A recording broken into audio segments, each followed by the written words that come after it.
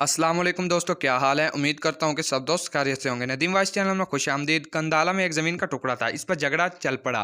मुसलमान कहते कि ये हमारा है, हिंदू कहते थे कि ये हमारा है। चुनाचा ये मुकदमा बन गया। अंग्रेज़ की अदालत में पहुंचा। जब मुकदमा आगे बढ़ा तो मुसलमान ने ऐलान कर दिया कि अगर ये ज़मीन का टुकड़ा मुझे मिला तो मैं इस पर मस्जिद बनाऊंगा। हिंदू ने भी ज़िद में आकर कह दिया कि अगर ये ज़मीन का टुकड़ा मुझे मिला तो मैं इस पर मंदिर बनाऊंगा।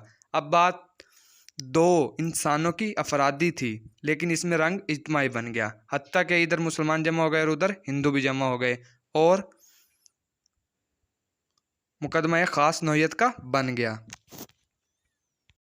अब सारे शहर में कत्लो गारत हो सकती थी, खून खराबा हो सकता था। तो लोग भी बड़े हैरान थे कि नतीजा क्या निकलेगा। अंग्रेज जज था, वो भी परेशान था और सोच रहा था कि अगर सुलह सफाई हो जाए तो बेहतर है।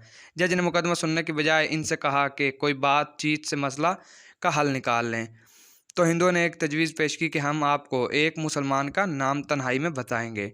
आप अगली पेशी पर इसको बुला लीजिए और इससे पूछ लीजिए कि यह ज़मीन मुसलमानों की है या हमारी। फिर जो वो कहे इसके मुताबिक फ़ैसला कर देना। जब जज ने दोनों फ़रीकीन से पूछा तो दोनों फरीक राज़ी हो गए और मुसलमान नाचने कूदने लगे कि वो मुसलमान है, हमारे हक़ में ही गवाही देगा। अगली पेशी पर वो हाजिर हुआ और जज ने जब इससे पूछा तो इसने साफ कह दिया कि यह ज़मीन हिंदुओं की है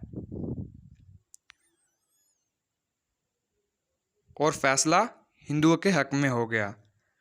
इस बुजुर्ग का इंसाफ देखकर